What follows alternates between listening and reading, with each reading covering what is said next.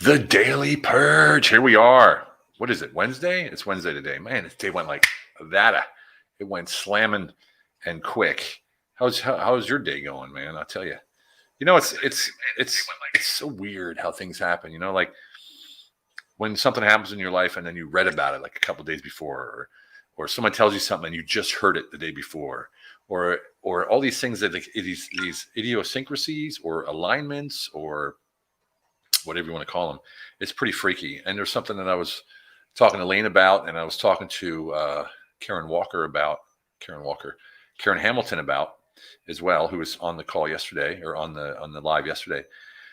And exactly what she said is exactly what I heard in the book on an audio book that morning.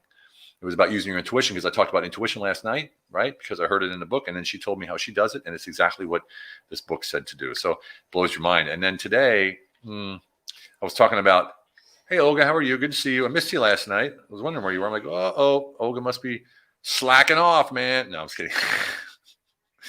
Oh, thanks. Let me share this around, then we're done. Yeah, so I was talking last night about intuition, and the next thing I know, Karen's talking about the same exact thing. I was like, that's crazy. It was in the book the day before. But today I want to talk about something that I wrote is the will to have and the will to act. Right. So when we talk about focus on the intention, not the outcome, and let go of all, preconceived notions of cookie cutter solutions. Right. So that's what we talk about. And what's up, buddy? You can join me? No? All right. So, and it's Maxie. What's up, everybody? Hi. Say hi, everybody. Say hi. I said hi. You said hi. Okay, good. So no slacking here. I know. Hey, Jonit. All right. So check it out. So when we talk about focus on the intention, not the outcome, let go, right? Let go of whatever it's supposed to be. And then we never broke it down after that, because that was like level 1. Now we're talking like level 2, 3, and upwards. And if you look at, when I say focus on the intention, not the outcome, that means stop thinking about possible scenarios of how events might develop or might not develop, right? And on your path to your goal, the will to have must be the lead. The will to have must be the lead. It must prevail. And this is what you got to focus on above all else, which is the intention, right? So so the intention is the will to act. So you have the will to have, and then you have the intention, which is the will to act. That's all you need. You don't have to have specifics, right? But the will to act, the intention must be cleared of the detriment of desire and importance. And you're like, wait a second, desire and importance? I got to cut out desire and importance. I thought desire was, I thought desire was important. Well, it is important to get started, but you got to let go of the desire and importance, because that creates a focus on the wrong thing. It doesn't focus you on the intention of the have and the act. It focuses on the intention of desire. I want, oh my God, I need it. That kind of thing. Or the importance, like, I got to do this and nothing else.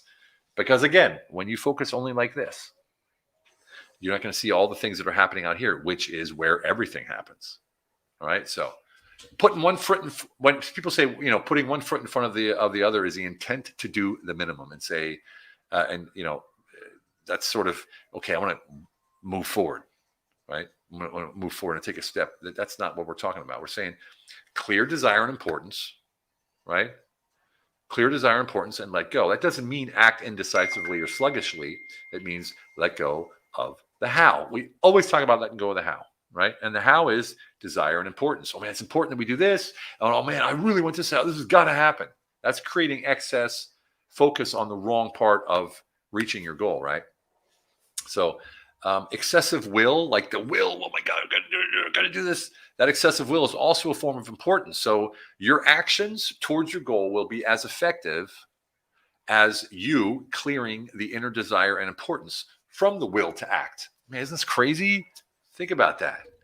The only thing you need to do is see the finished goal, how your life will be, and the feelings you have living that goal. If you fear you can't reach it or don't know how, your importance level is too high. Therefore, give yourself permission not to be perfect. We always talk about imperfect action, not to be perfect. Give yourself permission not to be perfect, and then your importance level will go down. If you feel the goal is unachievable, right, it means you have a strong desire. So to reduce that desire, simply accept the possibility of not reaching it and know that you already have backup and contingency plans that you will receive at that time when you ask for help, right? So simple. Focus on the intention, the will to act, the will to have. Cleanse all inner desire and importance connected to the goal, and see the finished goal as if it's already fulfilled and you are living it. Wow, I'm getting like all kinds of anyway.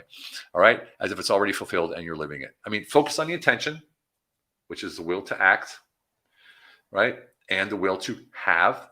Cleanse all inner desire and importance connected to the goal, and see the finished goal as if it's already fulfilled and you are living it. That's pretty freaking crazy, Eugene, right? Right? You're gonna read it in that book that I told you to get, right? One foot in front of the other is working for me, and above and beyond anything I could ever imagine. Olga, and there's nothing wrong with one foot in the other, but when it's all you do, then that's what I'm talking about. It's like it's difficult. Just imagine this. I can promise you this right now. What you're reaching for goals is fantastic, but they're mortal, right? They're mortal goals. What you can reach when you work with this sort of process is way beyond your wildest dreams. And I'm living it right now with Lane. You know, when we talk about the NFT project, it was an idea. 3 days later, we got offers. Then we had, I actually no idea. I probably don't. And then we have, the idea. Then we had the investors. Then we had the designs. Then we had the more investors. It was like bomb, bomb, bomb, bomb, bomb, bomb. It just kept going. And we had no plan on how to do it. We just knew we wanted to do it, right? The will to have, right? The will to act. Those were the two things that we did. And boy, am I being cleansed. Awesome, Olga. That's freaking awesome. Good for you. Good for you. There's something I wrote down yesterday too, and I can't seem to find it. But I was blown away by it, and I just can't seem to find. Oh, here we go. So there we go. So let me see if I can catch this up. That's why higher stakes, lower faith. So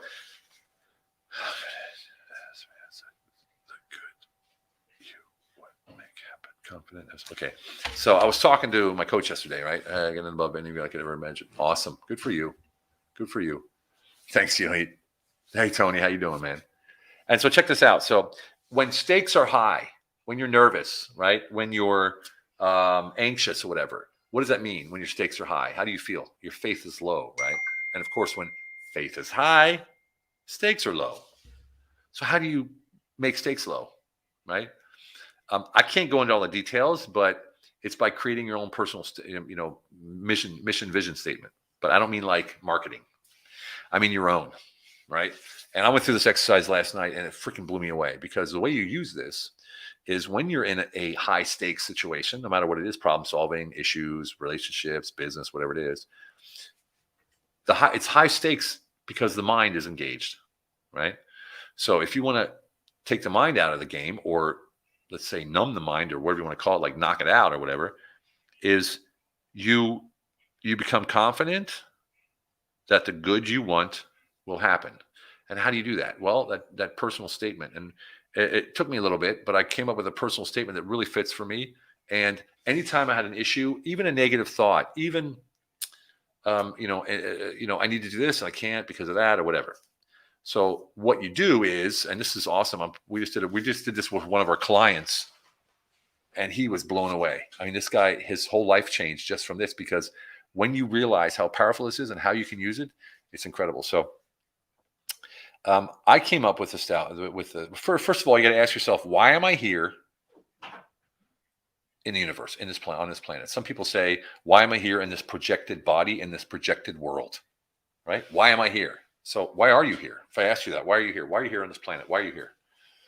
Why are you here? Maybe it's predestined. Maybe you don't even know, but why are you here? Right? So I couldn't answer that. So I did come up with something, and it's along the lines of what's in the book, because that's who we are. And my statement is, I radiate value that lifts people to a higher frequency. That's what I do. You want to keep it general, and you want to keep it powerful for what's inside of you. Oh no, Warrior Counts is not working. All right, remove it. I don't know why it's not working. All right, so that's strange. All right, so I radiate value that lifts people to a higher frequency. So if I'm in a situation like I was today, where I had some issues going on, what's up, my bro? If I had a situation like I had going on today where I had some issues, I had like a crash in my psyche, so to say, because of something that happened, I said, wait a second, why am I here?